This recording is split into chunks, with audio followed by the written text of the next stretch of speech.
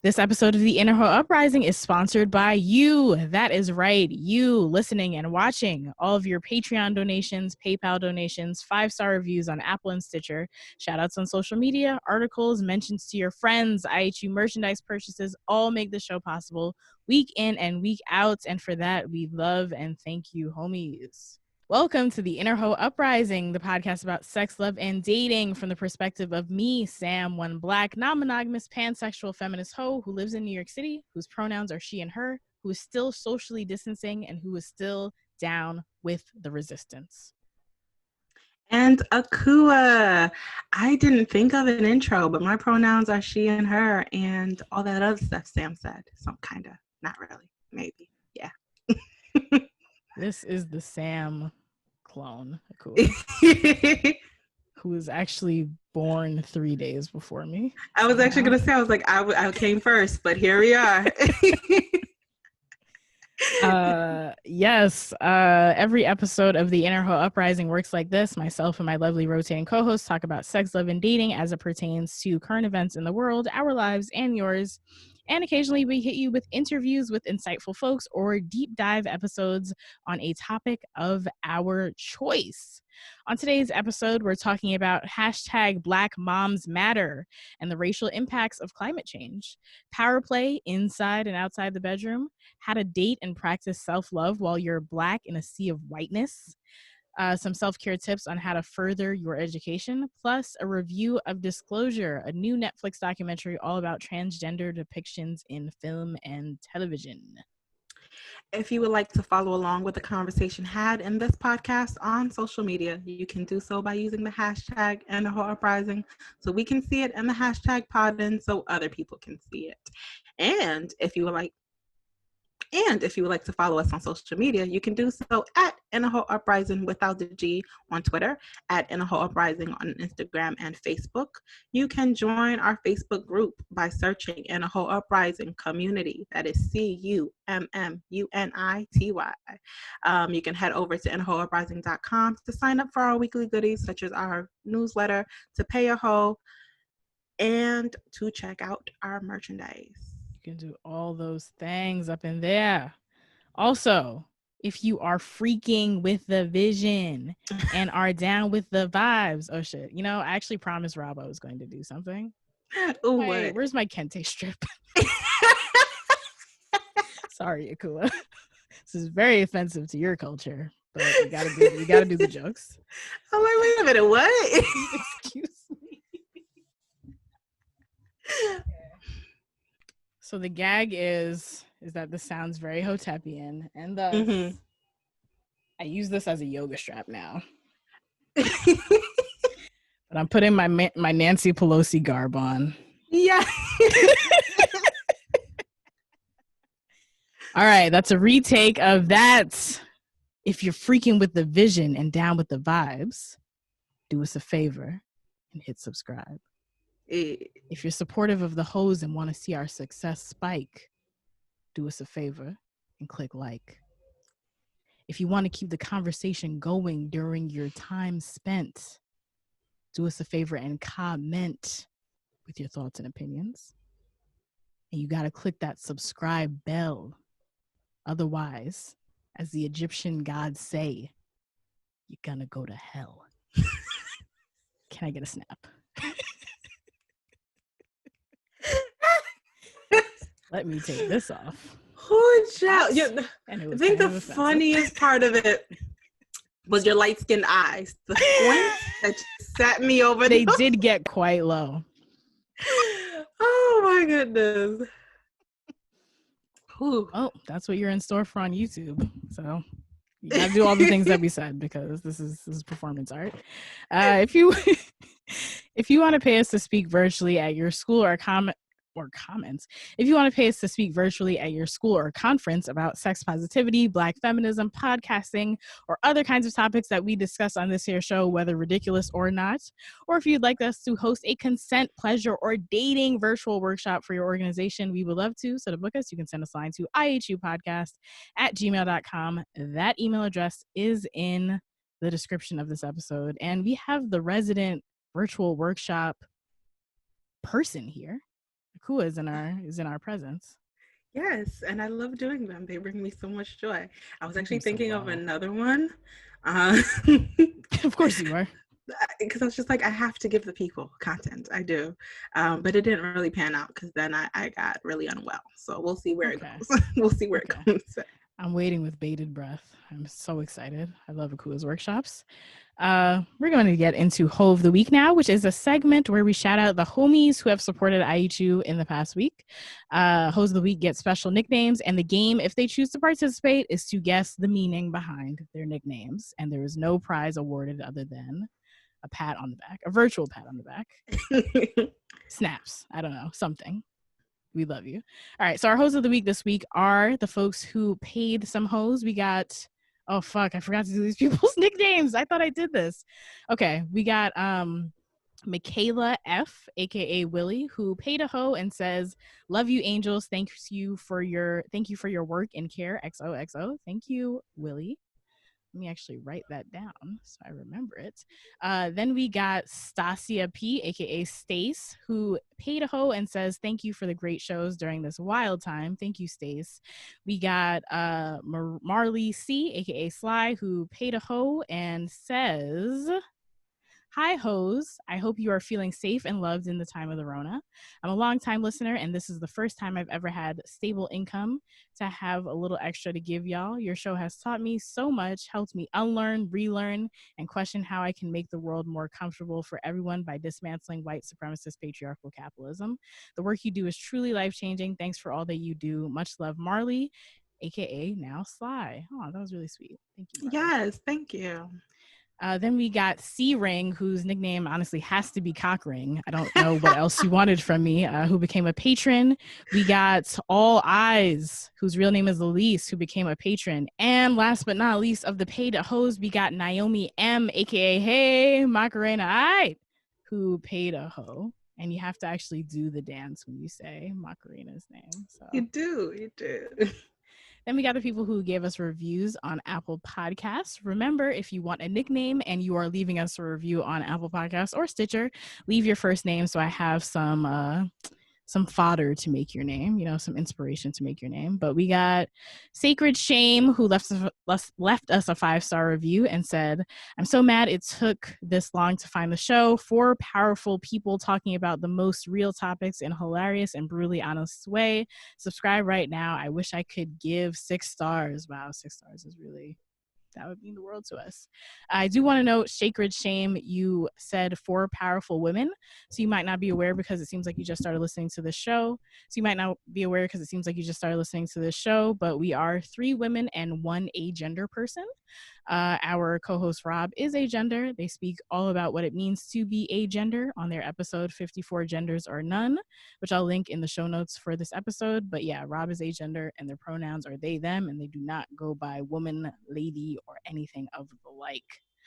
We also got The Dog Walk, who wrote my new favorite podcast. Thank you all at IHU for such an amazing body of work full of beautiful and practical info on sexuality. This is my legit new favorite podcast that I can't wait to support, recommend, and share everywhere. Thank you, IHU, for such great advice, inspiration, hilarity, and love. Oh, thank y'all for those reviews. Those were so sweet. So sweet. Yeah. Body of work. That's Look at my body of work. That is what it is. I love that. I got a banging body and a banging body of work. That's what I'm gonna do when anybody tries to talk to me. Looking, I got a banging body and a banging body of work. So what do you bring to the table? What do you bring? Nothing. Nothing. Anyway. All right. If you would like to be a hoe of the week and get a cool nickname, here are some things you can do. You can leave us a 5-star review on Apple Podcasts or Stitcher. You can feature us in an article you've written or shout us out on social media. Those are some non-monetary ways that you can support us. We love monetary and non-monetary support, and we understand that in these uncertain times, monetary support is not feasible for many folks. Please do not spend your last dollar on us. Put you and yours first, always and forever. Wow, everything's a song. Let me just stop. But if you can spare some change, you can donate to us on PayPal at paypal.me/innerho. You can become a patron on Patreon at patreon.com/innerhoeuprising, or you can purchase some merchandise at innerhoeuprising.com/merchandise, the links to which are in the show notes for this episode and every episode for that matter. Also, we want to remind you that if you do become a patron on Patreon for $2 a month, you can participate in things like our Slack chat, our patron-only film nights, and for $5 a month, you can join our Monday night Zoom hangouts. The tradition now is that I'm reading things. I read an erotic Caribbean story last week, and that was so what else do we do? At any patron tier, you can receive access to our episodes a few days early. Sometimes it's just a few hours early, but y'all always get it first. Sometimes things don't always work out, but y'all get it first regardless. And you can receive entry to our workshops, like Akua's digital workshops. Sometimes she be busting out Alexis, yes, the pocket and pussy, and Willie, the pocket penis. We got the pocket crew over there, and our parties. So there is that. And now we're going to get into a segment that we like to call Self-Care Tip of the Week, which is where we give you some tips on how to care for yourself. And today, how are we caring for ourselves, Akua? Okay, so today I want to talk about education and lifelong learning as a form of self-care and self-preservation. Yay. And I don't know why, I can't say I don't know how this came to me. I was thinking, what is a self-care tip? And then thinking about the ways that I cared for myself in these unprecedented times. Where I wasn't feeling my best. I realized that I found empowerment in digging into, my academic bag, going back and teaching myself, learning something. So I was like, that is actually one of the best ways to care for yourself. And I wanted to, flesh out and talk about it. So continuing to educate yourself, continuous lifelong learning has many benefits. Constant reading and taking interest in a wide variety of subjects is very likely to broaden your worldview, to help you acquire critical thinking skills and other life skills, to adapt those skill sets, and to adapt those skill sets to maintain survival at the very least. 2, competency builds confidence. So through continuing learning, you help yourself gain insights to build your self-concept or your self-image. As you're learning something new, it's a boost to the self-esteem. You're like, oh my God, I did that. I learned that. I accomplished that, whatever the feat may be. And that, as a form of personal development, boosts our self-confidence, boosts our self-esteem. Yeah, feels good. Through continuing learning, you're able to make informed decisions about your lifestyle and choose healthier ways because you are learning more about your lifestyle, aka this podcast. We teach you about one aspect of life that is very limited in learning in the beginning, and then you choose healthier ways of being. And lastly, but definitely not least, and probably not lastly, the list is endless, but I capped it very quickly for the sake of time. Continuous learning increases neuroplasticity. Neuroplasticity sounds like a very big word, but it just means the flexibility of your brain. So by keeping your brain engaged, and learning new things, you are forging new neural pathways. It keeps your brain flexible. It keeps your brain active, which has been scientifically shown to stave off rapid cognitive decline, and you'll be less likely to suffer from forms of dementia like Alzheimer's. It is always why doctors are telling older people to do crosswords and such. You want to keep your brain alive and moving, and it keeps you up to date up there. Wow. So those are some of the benefits of continuing education at any part of life. Now, does that mean we all have to go to college? No, we don't got to go to college. There are so many ways to educate yourself. And typically when you hear that, people are thinking formal education, types of learning that are accredited by institutions and whatnot. And no, yes, that is one way, to educate yourself, but it's not always accessible, nor is it always feasible. And what really happens is that we're always learning in informal ways and not being aware of it. So you can informally learn through reading, picking books on a certain topics. People write about every and anything. For example, when I wanted to learn more about police brutality and abolishment of law enforcement or police institutions, I found a book on it. And I've been reading and I've been learning, and being able to, create a vision that I wasn't understanding or seeing before. You can watch YouTube. We joke about YouTube, but YouTube literally has anything that you ever want to see on it. Everything. If someone thought about it, they made a video on YouTube. You can fix your toilet. You can fix your car. You can. One time I was like, I was talking to my friend, I was like, do you think like there's like how to cook crack on YouTube? And I typed it in and there was how to cook crack. And there was how to cook crack. Look at that. Look at it. Everything. Like YouTube University is a university for all of us. It's semi-accessible, but yes, it's the university for everyone. You can learn from your peers through conversations like me and Sam have all the time. Yes. You can learn by trial and error, trying something and realizing, oh shit, I did it, or no shit, I didn't. You can learn through podcasts like ours. And the list of informal learning, it goes on and on. There are different types of learning. So self-directed, where you can do like online courses that you can take at your own demand. So I'm doing one on ASL. I paid for it. And now I'm learning how American Sign Language on my own time. There are YouTube workshops, again, back to YouTube, which are sequenced on like a certain topic. So there'll be different videos on a certain topic to help you learn it. Again, self-paced. There is professional learning, which is learning that you do as you pursue a part of your career. So kind of updating your skill set and whatnot for whatever profession that you're in. There's personal, where you can, such as like self-help books, or again, me learning ASL, that's for no one but me. But it's something that I wanted to do. So it's something that I'm learning for myself.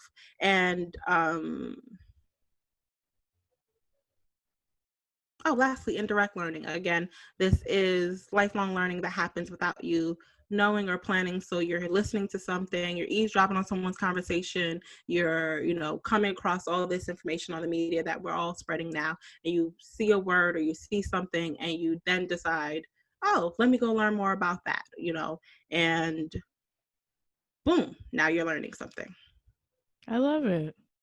So that is my self-care tip. To actively engage in continuous learning, and keep yourselves, I don't want to say up to date, but keep yourself alive, keep yourself, abreast. Yeah. That was a really good one. You reminded me how much I love to learn, and I guess told me why I love to learn. You taught me why I love to learn, and now I learned something, and now I'm like, oh, I feel happy. I'm like, oh, I get why I feel happy learning. Look at it. Look at the cycle. Yeah. That's so cool. If anybody's listening at home or wherever you listen and you're like, oh, this is something that I want to learn, or this is something that I've been learning lately, let us know about it. Share, yes. Share with us on social media. Hashtag Hoe Uprising, or at Hoe Uprising and or Hoe Uprising. That was really cool. I will say on YouTube, just double check your sources. So like fact check what you are learning, because you might fall into a pit of misinformation, and that's never good. Yes. Yeah. All right. Now we're going to go into the actual show. This is the segment where we talk about current events now we're going to get into a segment that we call Fuck That, which is our current event segment where we talk about current events in the world as they pertain to sex, love, dating, gender, feminism, all of those kinds of things. Today, Akua, what are we talking about? So today we are talking about, what are we talking about, Samantha? I didn't write anything besides Black Moms Matter. And that doesn't give me enough context. Well, we're talking about the links between climate change and I guess maternal mortality, right? Maternal mortality, and also like their babies' mortality. So not the mortality or the deaths of the parent, but the effects on the offspring, on the children. Yes. So there has been a recent systematic review of research that has been published in the Journal of the American Medical Association, or JAMA, as I like to call Jama. it. Miss Jamaica, sorry.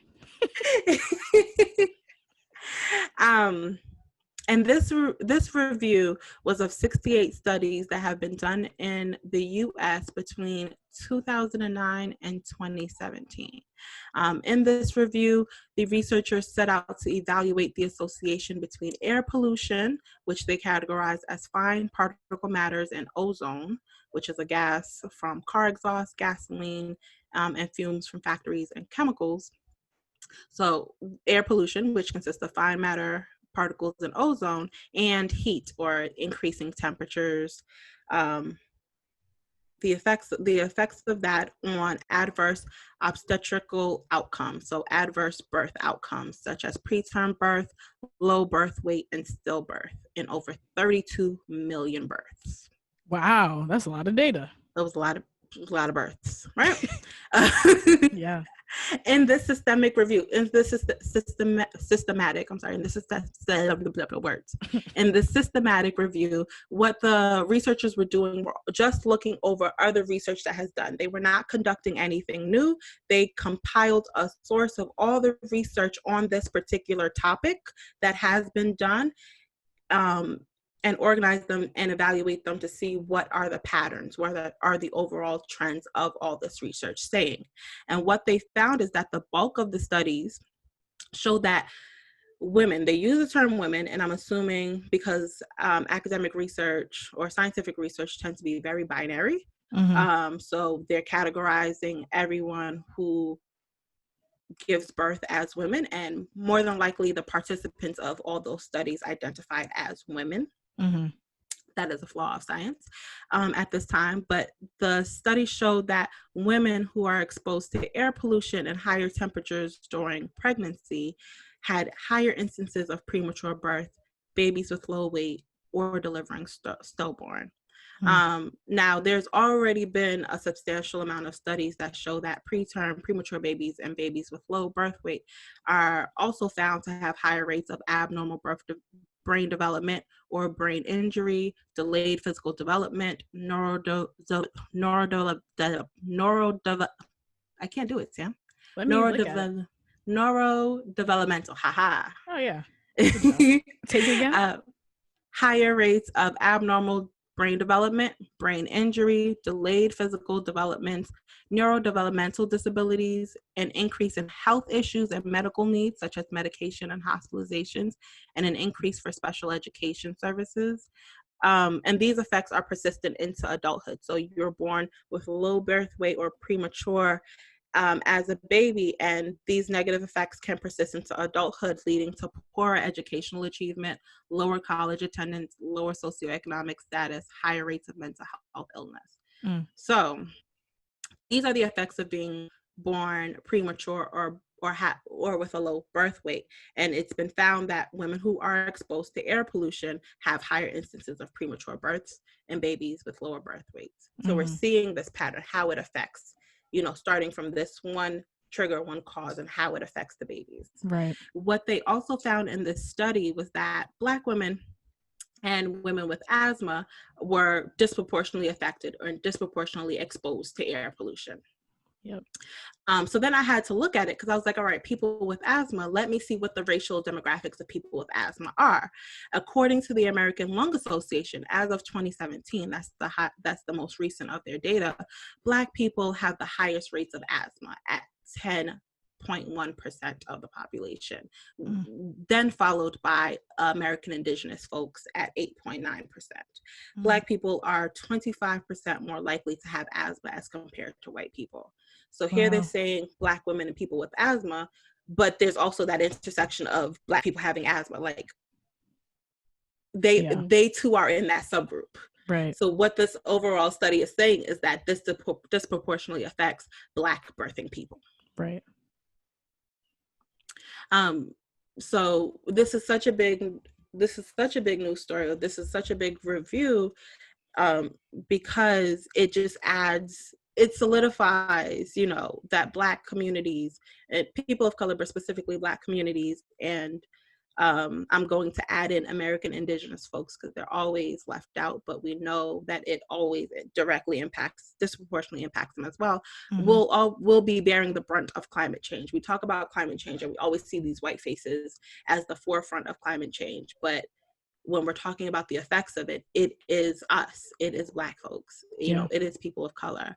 And when I read this, I was just like, well, goddamn, here's another thing. Like, here we're adding to the list of the impact of systemic racism on Black folks. We're already at poor housing, poor access to health care, food insecurity, lack of access to healthy food, higher rates of health conditions like asthma, hypertension, diabetes, HIV, higher rates of maternal mortality, higher rates of postnatal deaths, disproportionate rates of incarceration, police violence, higher rates of intimate partner. Like, it's never ending. Like, it's never ending. And it's kind of like America wants to kill us. Kind of. Like, it's just like, so reading it, reading it and seeing that they compiled all of these studies, which was only 68 studies, which don't seem a lot, but that is science as well, that is academia as well. There are a lot of under-researched things because people don't like to put their funding where it needs to go. Right. But in all of the research done on this topic in the US, the consensus is this affects Black mothers the most. This affects Black pregnant and parenting people the most, and not just at birth. We already have studies and information that shows how this follows us through life. Yeah, and that's that. That is some heavy shit, man. That is our experience in the country and the world, though. Some heavy shit. Heavy hitters, sorry. But I have so much music in my brain. But I'm glad that you did that segment, and I'm glad that I'm not glad that any of this is the case, nor am I surprised that any of this is the case. Whenever you think about anything, it's like that phrase that I'm sure people are hearing a lot now lately, but it's been a phrase for a long time: when America gets sick, Black people get the flu. Like, whenever you think about anything bad coming or that is going to happen, you just know that it's going to affect Black people the most. And when we get into the marginalizations of Black people within Black people, it's going to hit those marginalizations even harder. So this is just another subset of that. And climate change does not excuse that. When I think about climate change from the white point of view, I always kind of think about why isn't anybody doing anything, and why isn't this taken seriously enough? Because this is something that's going to impact us all. And when the world deteriorates to shit, it'll be like what people called coronavirus, the great equalizer. But then I started thinking about it further and thought, oh, it's actually not going to be the great equalizer, because people with access and privilege are not going to be hit as hard. And the same way that people were able to adapt and have their grand lives and pretend like coronavirus doesn't exist is the same way that people with privilege are going to be able to adapt and still exist and lead fulfilling lives when climate change really starts to hit the fan. Although it's already hitting the fan, like all these babies are being born, like detrimental health outcomes and things like that, or like there's like crop shortages in Africa because of drought, and like fucking Katrina happened, right? Like what was that? Sandy happened, and that like tore up Red Hook. That's in Brooklyn. That's like to fucking drive away. Like, this is not anything that's new or anything like that. But what I was gonna say is that I'm glad that you covered this story at this time, and that study, or this, what would I call it, like a mass compilation of studies and a review was released right now, because some of it is performative, but I think some of it is in good faith, as much as I hate everybody. And people are really like finding out ways that they can contribute to dismantling these systems and actually like affect change in regards to racial justice. And there are some white people and non-Black people and even Black people whose bags are climate justice. And now like fully seeing the picture of climate justice, I hope they take that information and go forward and like do the work that needs to be done. Definitely. A call from the researchers, and their conclusion was that, those advocates for environmental justice, but specifically, advocates for reproductive rights and, medical practitioners really need to take this information and start to require or demand change from our elected officials. We're in an age of the Trump administration, who is constantly finding ways to repeal, environmental laws and protections. It's the things that they're allowing into law to happen, regarding the environment and regarding climate change, is very, very detrimental. Yeah. Super detrimental. Yeah. Yeah. What are some, if you have any, sorry, my phone thing always falls. I've been trying to do this thing on this podcast where it's you know what the problem is, but how do you change it? Because if you don't have tangible ways to change it, you're going to be like, oh, that's bad. And then you're going to take a depression nap and ignore it. What are some ways that you think people can further engage here? In terms of climate change? Yeah. What really irritates me about the conversation on climate change is always the onus is put on us as individuals. Oh, recycle and crappity crap. But this is the time, these are the issues in which I'm like, it really comes down to who we elect and who we give power. And that means taking ourselves down into our voting booths and whatnot, and really championing candidates who are dedicated to climate change, who believe that it's real, who believe that it's real, who understand the severity of the problem, and who are going to lobby and, create laws to combat it. I don't know how far we are in stopping or reversing, but to address it so that no further harm can be done. There really wasn't much to say about what pregnant women can do, besides protecting themselves from air pollution as much as they can. So, during their pregnancies, finding spaces with air filters, or spaces that are air conditioned to avoid heat waves and excess heat and things like that. But we all know that also comes with the side of privilege and access. That you can only do what you have access to do. So yeah, when it really comes down to climate change, I am very much for like finding and championing our potential candidates who will do the work. For sure. Yeah, I think that's a really good entry point. I would also say, if you are somebody who's like, I'm so called to organize right now, and you have yet to find your organizational home, and climate justice is your bag, and you are like courting different climate organizations to maybe join and volunteer and like participate in actions and things like that, make sure that places tenants does include the racial effects of climate change, and like that they actually are calling for policy that addresses that. So yeah, that's a good point. If you are, when I think about there are times when I, as a mental health professional and as a licensed professional, are called to lobby for certain things. So like we'll get a mass email, or in my old job, we'll get a mass email about something that's on the ballot, some bill or something that's regarding mental health. And I always challenge all our mental health professionals to realize that there are factors affecting mental health, and it is all of these things. It's not just the person, it is their home, their access to healthcare, things like that. We have to count, the environment. We have to count climate change as a mental health issue.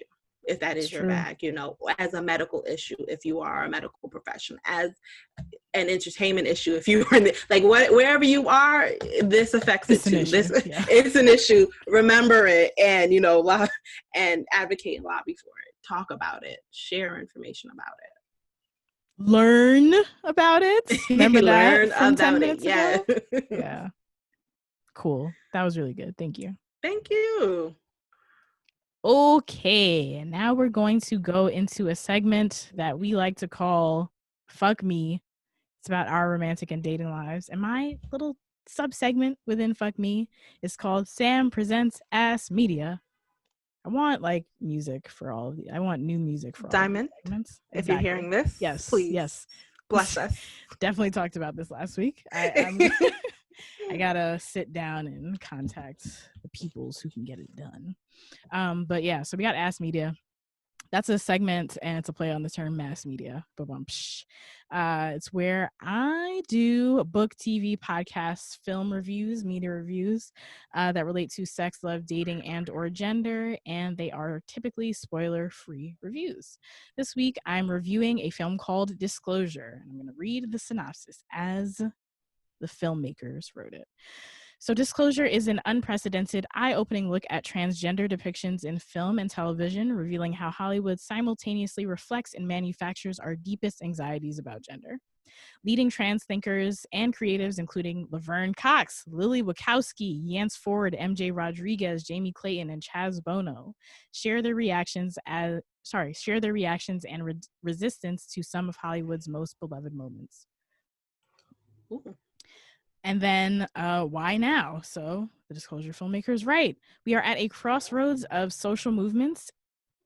We are at a crossroads as social movements are in direct conversation with Hollywood.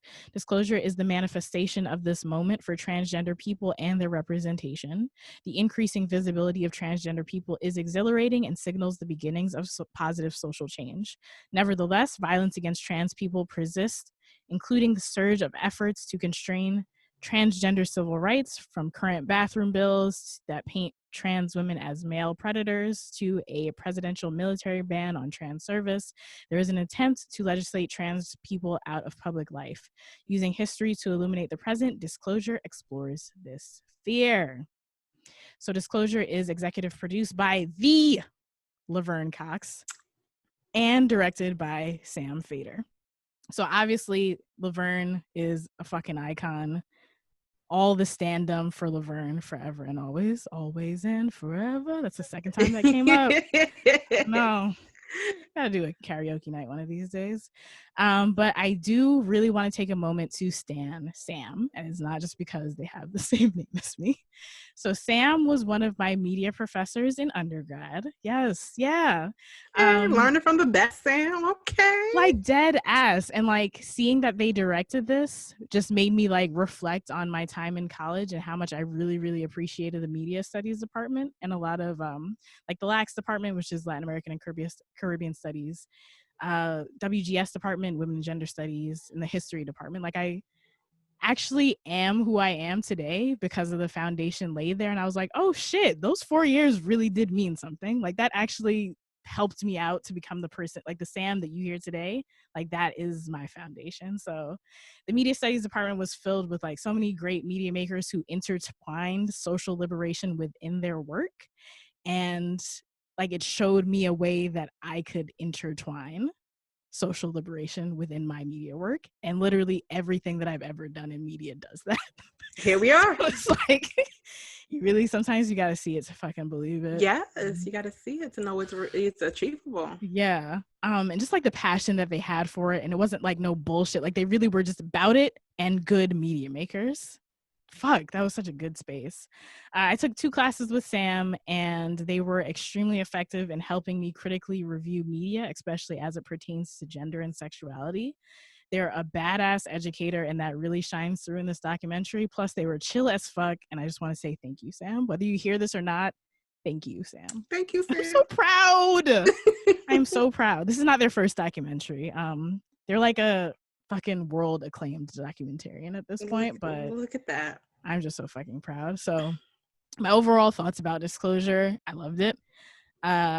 my one line take is that it was an extremely thorough, nuanced, and contextual historical look at visual media that depicts trans folks, analyzed from the perspective of trans folks only, which I think is super fucking important. Like, so good. It was an hour and 45-minute survey of depictions in Hollywood since the advent of film to now, like literally since the advent of film, like the Oh silent wow. talkies, like Yes. this type of shit, to like now, to like, oh, here's the second season of Post, like everything. Okay.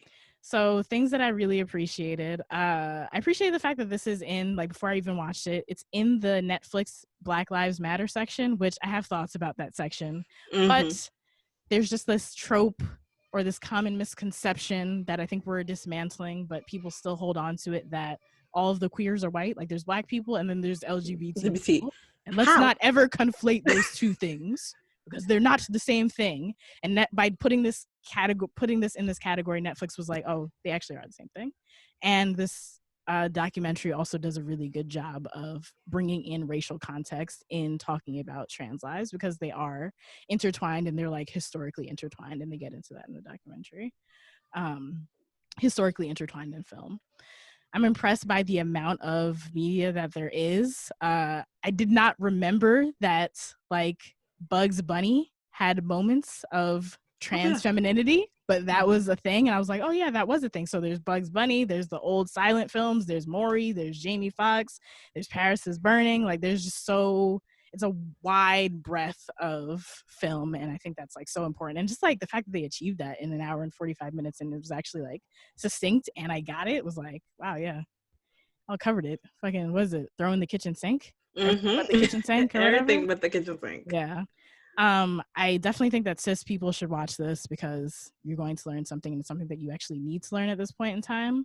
But just in like, oh, here are my interests. I think people who are into film and film history, this is right up their alley, because it's like a review of media past and present. It always adds context. It's always contextual, and it always digs deeper. So there's never like a surface level, like, oh, this representation is good and this representation is bad. Like, always digs at the full breadth of what happened, and what kinds of things surround the making of this, or what kinds of things surround the release of this. So a couple of instances of that was the film Boys Don't Cry. Did you ever see that with Hilary Swank? I don't know who that is, but no, I don't think so. I'm fucking weak, bro. Hilary Swank is an actress. Boys Don't Cry is a film about a trans man named Brandon Tina, who was, I believe, killed for being trans. And in real life, Brandon Tina was killed. I think his girlfriend was killed, and his friend was killed. His friend was a Black man. And that actually happened in real life. And they talked about the fact that Boys Don't Cry was like a really good film in terms of featuring the story of what trans masculine folks do go through, even though it was really scary and like really like violent for Brandon Tina, but like this is an actual thing that happened. But in Boys Don't Cry, they took out the Black guy. They just took the Black guy out, and that man also lost his life. Yeah. And he was like a Black man who was and I'm not sure what his gender identity was, but he was a friend to Brandon Tina. And like actually seeing that on film, it was in a documentary that was also about Brandon Tina's life. But for folks who didn't see that, like seeing that on film, and like seeing the fact that Brandon Tina had a Black male friend, would be a little bit more breaking down of what I just talked about earlier, where it's like the Blacks are here and the LGBT are here, and it's separate. So it's good that this film exists in a space where it's like we can say, oh, Boys Don't Cry was a really good film for this reason, but why didn't they do this for this reason? And always bringing back in race. Another instance of bringing back in the context of race is at some point Laverne Cox is talking about the historical context of Black men being emasculated and lynched, like after slavery, and how that history has led us to, or had led us to, this trope of Black men being in dresses, and how that gets at like the disarmament of Black male masculinity, and like those two things can't ever be untwined in the society that we live in. But then there's also the fact that because of that trope, and that being quote unquote funny, now has led us to a place where trans women are the joke. The because butt of the they are joke. quote unquote a man in a dress. Yeah. So like the fact that she like so thoroughly lays all of that out instead of just being like niggas in dresses is bad. Like yeah. it's like everything around it that we need to know to actually fully understand problems. Like we need to know everything to understand stuff. Shout out to the fact that Akua said learn earlier today. That shit changed my life. Like dead ass. Learn. What the fuck? Glad that resonated with you. Yeah. It's like something that's always on my mind, but the fact that you just said it, I'm like, damn, yeah. Learn. What the fuck? And learning as self-care, caring for yourself. Yes. Learning to self-care be a better and exactly community care. Like that shit care. money. Y'all are some smart bitches, son. Why do I know so many smart people? Oh my God. Anyway. That is my daily thought. But okay, let's go back. Another instance of context and digging deeper, they talked about Paris is Burning, which I love that film. And that's a lot of people's intro to learning about Black ballroom culture and things like that. And even Laverne Cox talks about the fact that she loves that film, but then they dig deeper and they're like, but that filmmaker was like exploitative of trans narratives.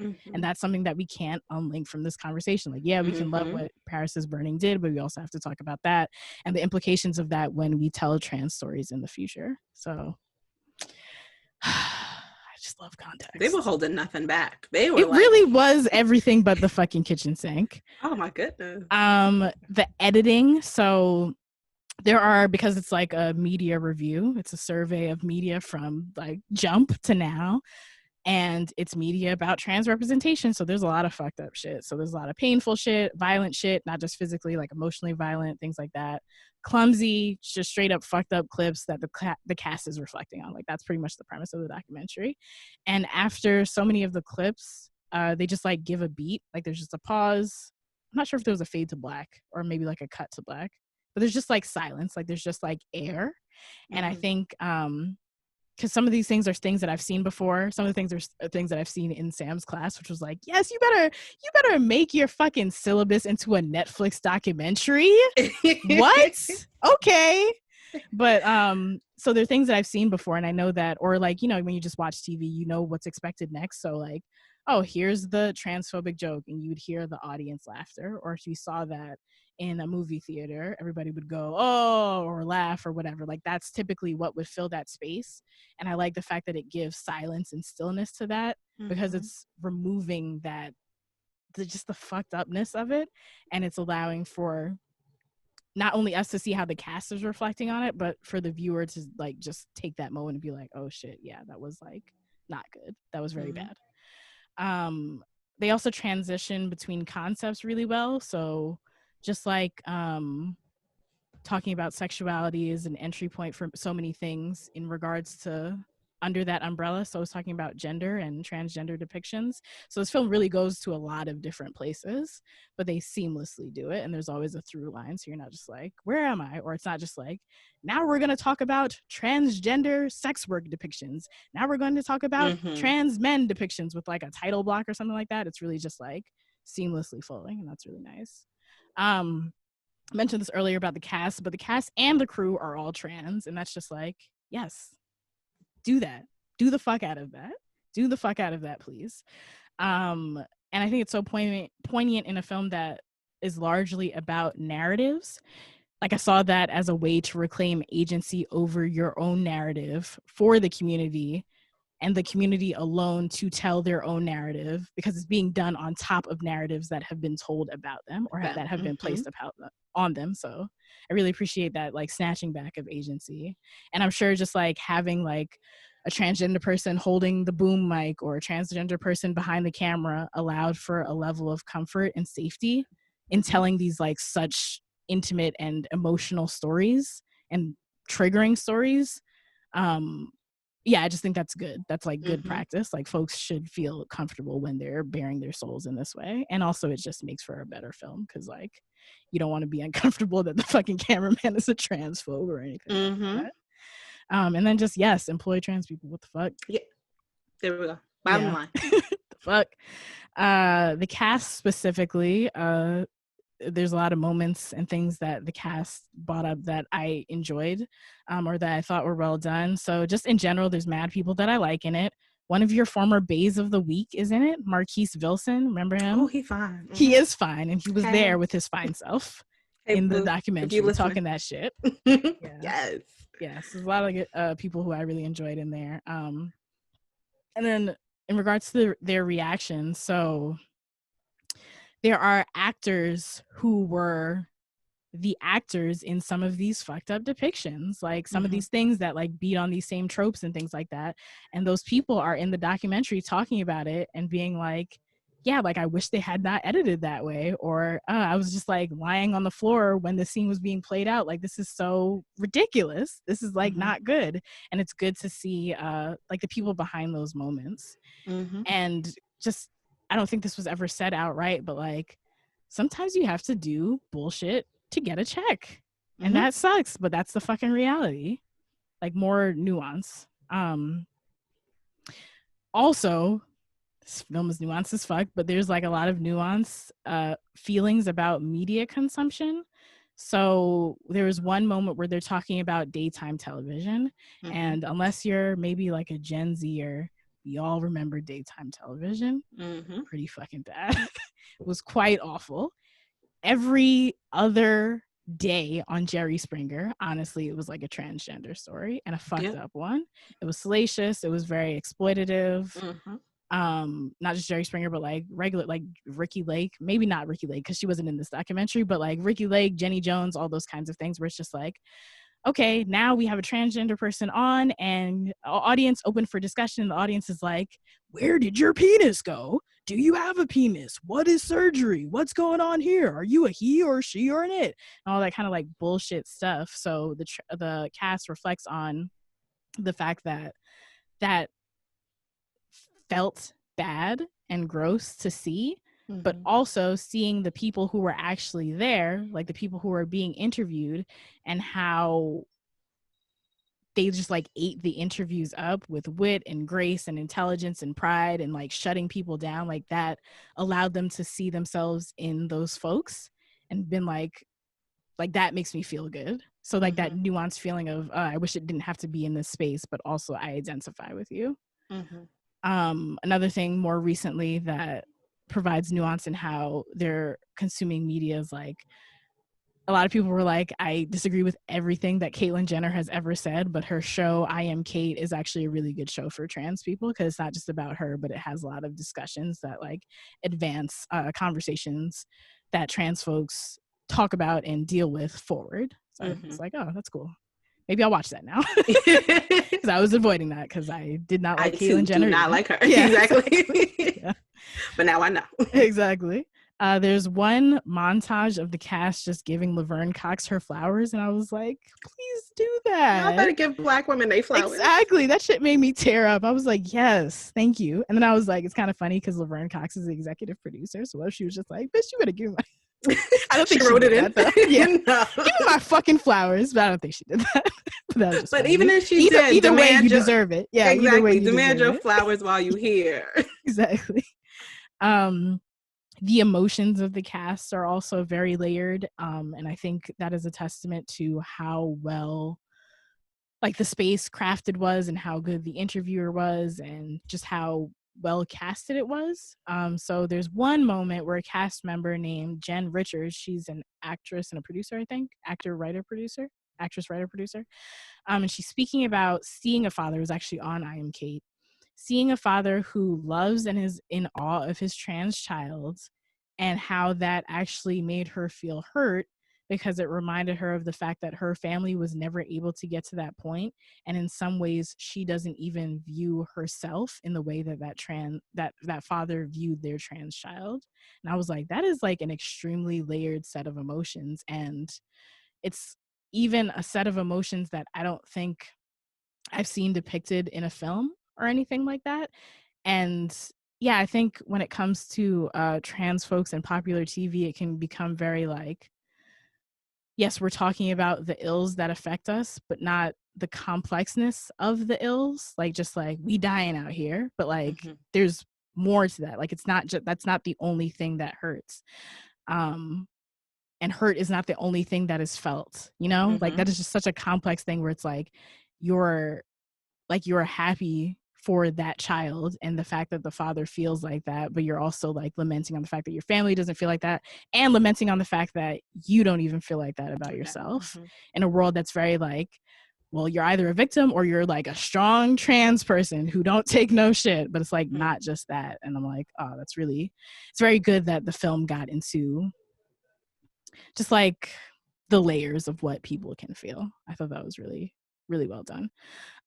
The tone, like I said, the film never really goes into victimhood, in my opinion.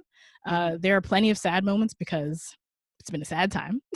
It's a sad country, sad world, sad life. But we never, like, there's parts where folks tear up, but we never see anyone break down and cry. And I like that, because that to me would have aired on the side of like victimhood. Yeah. And it's a good balance of, yes, we feel, and sometimes we feel sad, and we also want change, and we also don't want your pity, and it doesn't have to be pity to affect change. I think the music also helped with that, because it was reflective and solemn, but also present and moving. Like, it was like a strong like solemnness, which is cool. Just like being in Sam's class, like, your hand is not going to get hold. This is the type of shit where you need to take some fucking notes. It's a survey. There's a lot of information. There's a lot of mentions of films, of moments in history, of historic figures, of terminology. And it's all present and there for you. And if you, like what you said earlier, where it's like you learn a term and then you do the research on your own, I think this film is like rife with moments like that.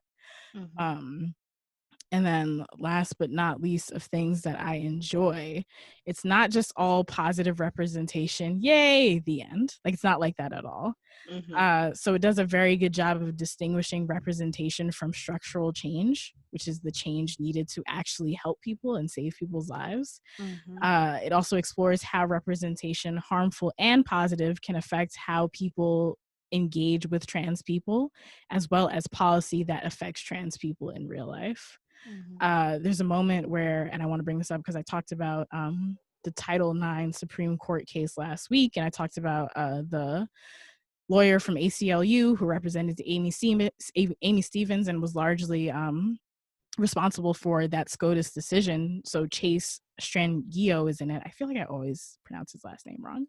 Chase S was in it, and we talked about him last week, and he comes later in the documentary when they're talking about, yes, okay, representation was bad, and this is how representation has changed, and now that needs to morph into, or that needs to feed structural change, and that needs to feed policy change.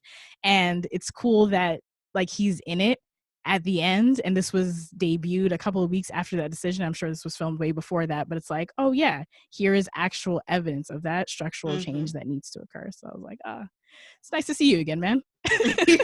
Nice to see you after a week. But yeah, so it is a really good, it's honestly like the end is like a call to action, like something Laverne Cox says at the end is like, yes, you love us now. And she's not talking about everybody, because they also talk about the fact that strong representation of trans people can lead transphobes into wanting to enact more violence on trans people, which I think is an important point to make. But outside of those people, she's saying like, yeah, you love us on the silver screen, but like, what the fuck do you do for us off the silver screen? Is it going to be all of this energy and effort put into this one space, and is there going to be no energy and effort putting into like the space that really impacts us all? So that was a good like, do some shit. The fuck. And then I just want to talk about some of the tropes that are mentioned, not tropes, but I guess like themes, well yeah, tropes that are mentioned and unpacked in the film. Some, but not all. So there's the murderous trans person trope, like in Psycho or in Silence of the Lambs. There's trans people being an aberration to feminism, which is one that actually didn't really click to me, but yeah, that do be happening in film Can you and give TV. me an example? So in The L Word, Pam Greer's character is talking to a trans man character who was introduced. I think his name is Max, but I don't remember. And she's talking to Max, and Matt, I guess, is like trying to talk him out of wanting to transition or going through physical transition. And her basis for that is like, you're giving up the one thing that makes you the best you. And he's like, what? Yeah. And she's like, being a woman. And it's like, Pam Grier, could you not do that right now? Could you not fucking do that? And things like that. Okay, got it. There's just the general invisibility of trans men and non-binary people. There is, I think this one is like, I would love to see a documentary just about this in general, all these things, but about this in general, because it's so tangible right now in like pop culture. But the trans and sex work origins of the quote unquote Kardashian look, or the hyper feminine look, and just the fact that people, the same people who aspire to that look, be transphobic and anti-sex worker. What is your problem? It's because you don't know your history. Talks about sex work in general, talks about victimization of trans people. It talks about health victimization of trans people. So like, I'm on hormones and now they're killing me. Like that kind of trope that happens in those medical shows. This part was really like just so fucked up to watch. Also, like, content warning, if you're a trans person and you want to watch this, I'm sure there are moments that are like going to trigger you. But the vomiting after it's revealed that a woman is trans trope, it's in so much shit, and it's like not funny, and just like Not retire fun. it. Not Retire it. Is it the only? It's the fact that it's not funny, but also no one wants to watch someone else vomit. Like all of it, it just It's all why? bad. It's Yeah, all bad. it's all bad. Yeah, so much bad media out there. And then last but not actually last, because this film talks about a lot, the daytime television body part sensationalism. So what surgery did you have? What is the process of the surgery? What does it do? How much did it cost? And all those kinds of things. And they really get back to the fact that it went back, I don't remember, maybe like 60 years or something like that. What's this woman's name? Christine Jorgensen.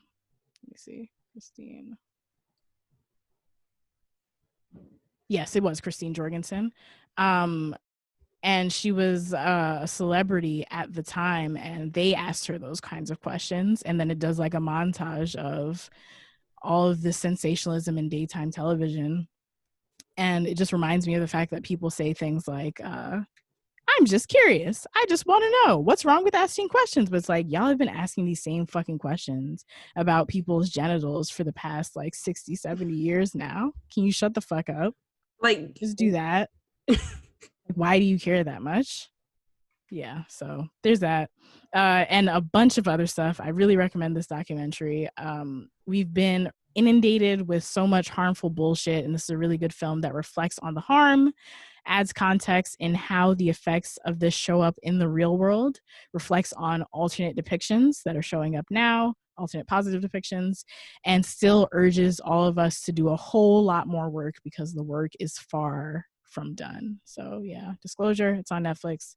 It's directed by my former professor, Sam Feder. And check it out. You have sold me, and I'm sitting here like, so when can I fit this in? Do I have an hour and 45 minutes? I'm sure I do. I gotta watch this. Watching it. That is amazing. Thank you. Thank you. All right, now we're continuing. Fuck me. Tell us about what's going on. I see that therapists are doms, and I'm curious because I didn't know. So hold on. I didn't know either, but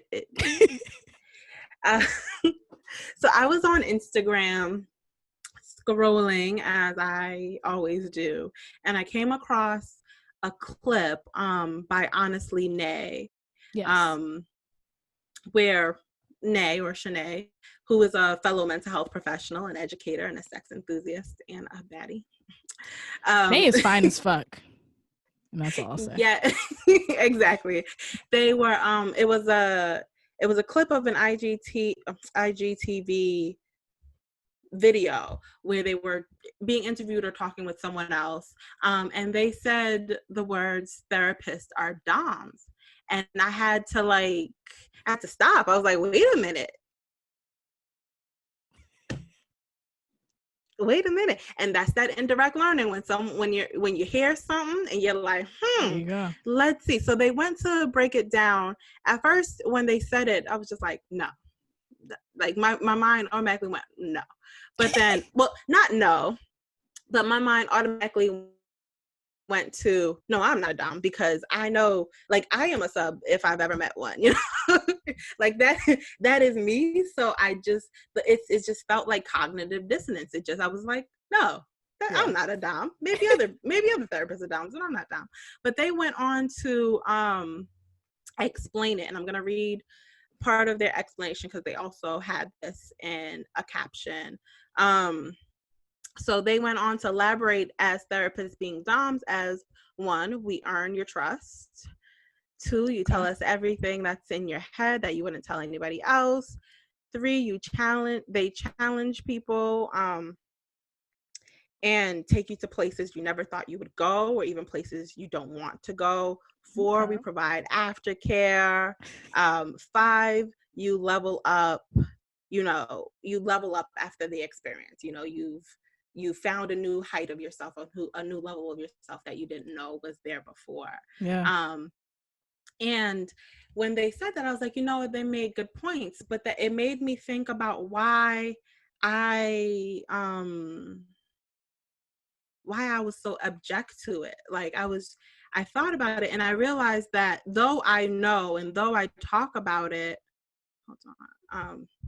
though I know and though I talk about it, I had this unconscious connection of doms as sadists. Yeah. That isn't real, that isn't always the case. And I had to unpack that for myself, and that led me into thinking about the ways that I engage in power play in and out of the bedroom, ways that I actually do without knowing it, engage in power play as a therapist. It is very true that there is a power dynamic in therapy, and any good counselor will address that head on and try to level the playing field as much as possible. But there is a power dynamic in therapy, and when I was thinking about it, that was the caption, that the 5 points that they mentioned. But in the video, they were talking about the fact that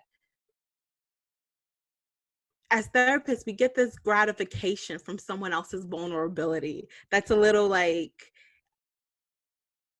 playish. Like when I set the whole scenario, we have a session, we make you feel comfortable, we establish boundaries, and then we start to dig a little deeper, always checking to make sure you're okay, bringing you to these deeper levels of vulnerability, these deeper heights of emotions, making sure that we don't hit a safe word, making sure that we don't make you safe word, we don't make you, back out. And if we do, we see that we provide aftercare, but also we have these time boundaries in our session in which we're bringing you deeper, we're engrossing you in the experience, and then we start to wrap up and we bring you back and we provide aftercare. And we as therapists, well, I can't say we as therapists, I as a therapist find gratification when I have I can't even put it into words right now, but when I have like led a client down, a very vulnerable, there's a satisfaction when you feel how heavy, how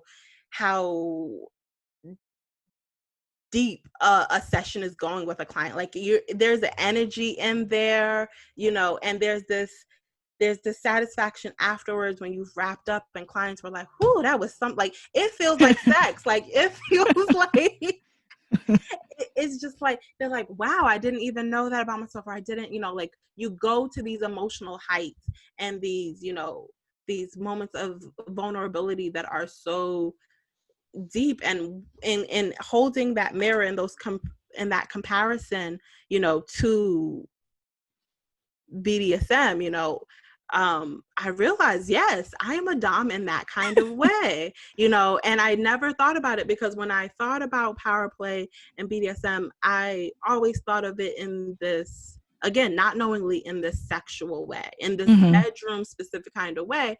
And then in unpacking that and realizing that I did that, I realized, no, because there are parts of BDSM as a lifestyle that is not just focused on the sexual, sexual part. When we talked to the 24-hour slave, the 24/7 slave, that is a in and out of bedroom kind of thing. Yep. And I didn't realize how I had pigeonholed these ideas in these ways, though I knew logically that it wasn't that way.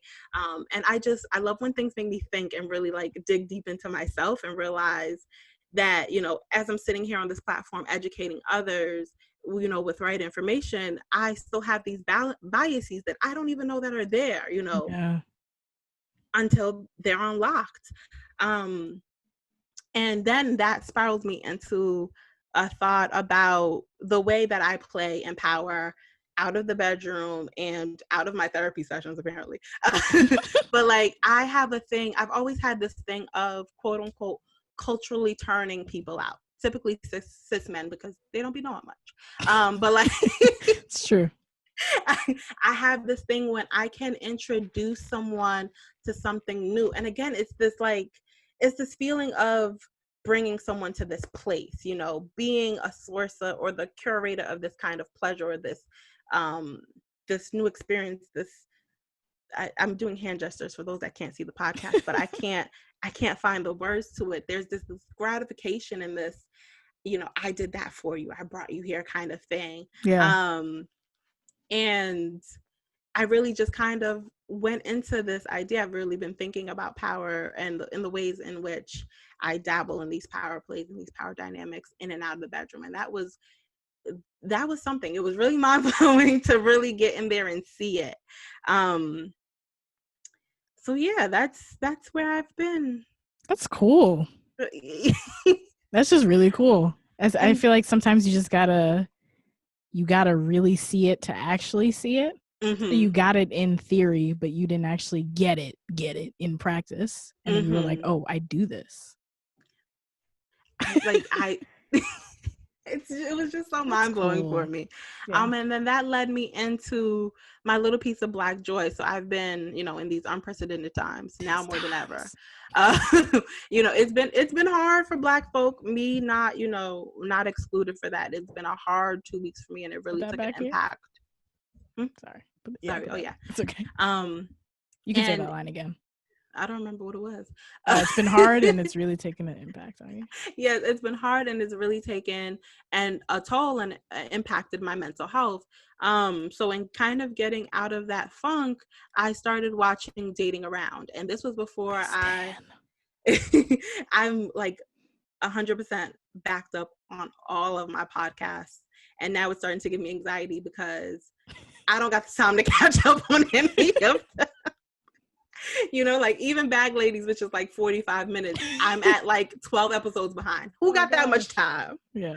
Right. So, but I didn't know that you, Sam, had covered it last week. So I was watching it and I wanted to talk about it, and because I was watching it in that kind of critical lens, and everything you said was absolutely correct. Like I actually have one. I'm glad that you want to bring it back up, because I have one critique on what I said. Mm-hmm. Oh, you want me to say it now? Yeah, what you said. Oh. I feel like I didn't give Deva enough credit because I was like, people don't talk about politics or whatever. And while she didn't talk about politics with that creepy bald man, the creepy poly bald man, I think or not give enough credit, but I think one thing that I eliminated from that, because I was like, oh, people just want to chill on dates, but also people want to feel safe on dates, and that was a really unsafe motherfucker. And so I totally understand. Yeah, he was really unsafe. I totally understand why one would, if you don't know what I'm talking about, last week I talked about Dating Around on Ask Media. There's one person who's on a date with a man who is just very sexist and just very, like, he's kind of like power play where you don't consent. Yes. Kind of person. I could definitely see him being a sadist, honestly. All of those things. Not that sadists are bad. Not consenting. Yeah, non-consenting sadists. But yeah, I think I should have said that sometimes people don't want to have these conversations on dates, not just because like I'm just trying to chill on a date, but also because this can be an unsafe situation. And I think a lot of the time she's just like, what is it, like, give them their own rope? Like, she gave him his own rope to like dig himself into a deep hole of the BS that he was saying, and that silence is also kind of stating your politics. Yeah, so that. Well, thank you for that. Yes. So yes, I agree with that as well.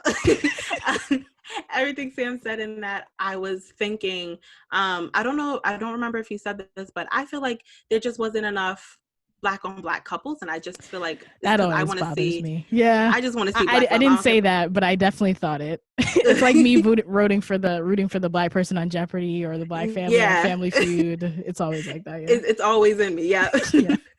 So yeah, everything, you know, about the queer depictions, about the lack of fat people or disabled people, those are all my thoughts when I was watching it, and you covered it, so I don't got to go there. But what I loved about what I found was so joyful for me in watching Dating Around, because I don't do other dating shows really, was that it fed my voyeurism in this way. So I am a voyeur, and I like seeing people in the moments that they don't know I'm seeing them. And the way that the show is depicted, that it's so romantic and intimate, this is, you know, it's really like looking into someone's date, you know, in a different way than you see on all of these other dating shows or relationship shows. And I also don't like other dating or relationship shows because it sparks the therapist in me, and that's just too much labor. Y'all need help. And a lot of it. But this sparks the voyeur in me. I felt like a fly on the wall on these intimate dates. They didn't know I was there. And it also hit at the hopeless romantic in me. Like, I just love romance. It was just so cute. And it made me realize that I don't want to call it dating culture, but the dynamics of dating, I really enjoyed when I was dating. Like, there is something about, and this might feed back into the power play, but there's something about witty banter and getting to know someone, and, you know, the things that are depicted in the show that really get me. Like, it made me, like, the shows would start with like watching the dater like getting dressed, like all those little details about dates used to excite me. Like, I used to love picking what I'm wearing and where we were going and talking over drinks and all those things. So it really reminded me of all those things about dating that I liked, that courting culture. And that brought me so much joy. I really enjoyed that. I didn't realize how much I enjoyed that, but I really enjoyed that. I liked it too. I think I was like, do I miss people finally? No. That's You don't. Yeah, but I do miss dating, like that aspect of it. I have a question though. Is it scripted? I don't think so. Is it real? Well, one thing, because this is coming from a former professional wrestling stan, so real or not, I actually don't really care. Like, I just feel good watching content. Like, content is content. I didn't really go into depth about it. Like, sometimes I'll be like, oh, okay, how is production of this reality show like? And what is production of this reality show like? And I know in other shows like Married at First Sight, for example, like the couples will have an issue, but when it's like time to film, production will be like, okay, what was the issue that you were having? So it's like staged in that way, but not staged in that this is something that they just came up with out of their ass. So yeah, I don't really know. I don't know if it's like, how about you guys talk about this or anything? Yeah, because it just, there's obviously like some elements where it's like, oh yeah, we're the exact same thing for 4 different dates so that we can edit this well. Yes, that was the thing that, like you haven't been here before. Like, there's those elements. That was what had sparked that. And then like their seamless editing. That editing was just, I was like, did Sam do this? Like, the fuck? It's very fucking good. It's how did y'all do that? Yeah. Like, absolutely, you know, seamless. But because of the editing, like they would catch parts for certain dates. For some people, you could see that this was just things that came up and they were talking about it and they found the commonalities and pieced it together because, you know, they're good at their jobs. But some of it just seemed like are you having the same conversation with every date? Like, how did we get here again? There's that one Dominican girl at the end who told everybody that exact same story about her boyfriend or whatever, or her not boyfriend. It was the exact same story. So I was like, oh, that's interesting. I didn't think it was fake. I thought she just, there'd be some people who like to tell the same story over and over again. That's what I took from that, but I don't know, maybe. And I asked, is it real? Because the voyeur in me needs to feel like it's real, like it's like it's actually real. Like once it feels like, oh no, this is fake, then I'm not enticed anymore. That makes sense. But outside of that, I told myself, real or not, I really just enjoyed this different depiction of dating that I haven't seen, on TV or in media, and it really brought me so much joy and really again helped me jump down this wormhole of learning about Akua in these ways. Yes, learning. Wow. It's the key word here. Is that the name of this episode? Fuck. Well, I'm going to do some research into the production of this. If I find out that it's totally fake, do you want me to ruin it for you? Yes, you have to let me know. That's why I asked, because I was hoping you would have an answer and tell me. Yeah, I don't have it this time. The most I did was like look at people's social media, and I'm like, oh, that's nice. You're having a life. Yes, I will do research into that. But thank you. I'm so glad that you're finding joy.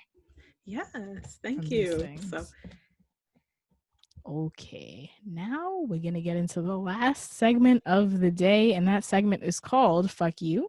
It's about your sex, love, and dating lives. If you would like to ask us for some advice, it's the segment where we read your listener letters. If you would like to ask us for some advice, share your hotels, rant against the white cishet patriarchy, you can send your thoughts to ihupodcast@gmail.com. Please include your pronouns, also because we are in the future. You can leave us a voicemail. We'll play it and respond to it on the show. So you can drop us a line at 404-491-9158. That is 404-491-9158. That and the email will be in the show notes. And now we have a voicemail from Kat, whose pronouns are she and her, and it's about being Black in a white space and many other things. All right. Hello, you wonderful, beautiful, wild hoes. My name is Kat, and my pronouns are she and her. I am calling in because I just want to say thank you to all of your advice that you've given me in previous episodes, and I've also emailed you guys in previous episodes, and you guys have been so helpful. I just wanted to ask, I'm very young, and I'm finding it very hard to go out through my day and just be in my own body. I am a Black young woman who lives in Arizona, and I'm just finding it that I'm not attractive to any of the guys here. And, it makes me feel some type of way. I want to be desired at some point in my young career as a person, but I also find it funny because I work with a lot of other young women as well, but they're white, and they brag about these, we would call them hotels, but me on the other hand, I have nothing to brag about, and I'm just like, well, shit, I want to have fun too, I want to have a demon summer, a savage summer, but, Miss Rona had other plans, but even before that, I don't think I was really introduced to any of the things that they're talking about, and I just feel so left out. And I was able to talk to my parents, who are really open about sex and everything that has to do with sex, and just letting them know how I felt, and they more or less said, like, oh, wait your time, it's not all what you think, like, you don't want you don't want to be the loose girl that people just don't want to be around. And it's not true. I don't want to be that way. But I wanted to know if you've had any information, any advice for a young Black girl living in a white society and who feels unvalued and undesired by guys in her age range. And if you don't, that's fine. If you want to give me some helpful tips to, start exploring and seeing what I like about my own body, that would be great too. Love you guys. Love you too. And thank you for writing in. Yes, thank you, Kat. I wonder what was playing in the background. I don't know, but I was jamming to it. I was like, I didn't hear this before, and I listened. Wait a minute. Well, you had some things to say. So in listening to that again, I'm not sure if Kat said that they if that they aren't attracted to the men around them, or if they don't feel attractive to the men around them. I thought that I listened back a couple of times for that also. My understanding is that they don't feel attractive because right after that they had said like, I want to feel wanted to, or something along those lines. Yes. And that's what I thought as well. But when I heard it, it threw me back a bit. So Kat wants to know, how can she, as a young Black girl living in a white society, feel valued and inspired by guys in her age range? I felt stumped, but the things that readily came to mind was, one, find you a Black community, find you a Black bubble. Somewhere, yeah. Somewhere in, did they say where they were? Arizona? In Arizona. Somewhere in Arizona is some Black folks that are for you. If I was or in some that brown folks. Oh yes, or some brown folks. Remember when we talked to Kiawe? They be doing this crazy part or this wild party in Tucson, and I'm still, Rona fucked it up, but me and Akua was about to go to Arizona, son. That seems like a really just good, like a good time. Yeah, just a good like Black, indigenous, brown, good ass time. So yes. I know that is proof of concept at the very least. So find you that community. Find you a community of people of color, Black and brown folks. Because that's what I would do. I wouldn't be messing with them white people anyway. Yeah, fuck them. And not fuck them like have sex with them, just like fuck them. Yeah, like no, I keep my distance around them. And being around, again, we go to representation, like being around people, seeing, people like you helps to build your self-esteem. That is the very basis of what we mean about representation, Yeah. So that is a great way to start building up our self-confidence, our self-esteem, and our self-value, finding your community, feeling like you belong, and the white people ain't it for you. Secondly, sorry to interject, those white people aren't it. I'm not like saying pander to whiteness or anything like that. Y'all know who I am. But like, because you said you're young, you might move to different parts of the world or different parts of Arizona. You might encounter white people who are it for you. And like a healthy it for you, not like fetishization or like you have to fucking beg for them to find you attractive or anything like that. There's just like white people who you might be into and who are into you in a good way. So this is not like the only community of folk in the entire country or world. Well said. Second is masturbation, my most favorite thing in the world. It's like in the moment, in the time, that you want to know, you want to learn more about your body and what you like and exploring yourself, that's the way to do it. Masturbation. That's it. That's all I got. Masturbation, but good. Also, I wrote down body worship, worshiping your own body in the nude and in clothing, in sexual activity and in normal physical activity. Reaffirming your body for yourself, how it moves, how it looks, how it feels. All of that also helps to bolster our self-esteem and our self-value. And that can look anyway. That can be nudes, that can be staring at yourself naked in the shower while you lotion, that can be setting up an OnlyFans page. Whatever makes you happy. That can be thirst traps on Instagram. I was just about to say, that's literally what I was trying to get out. Thirst traps on Instagram, like, and any and everything in between.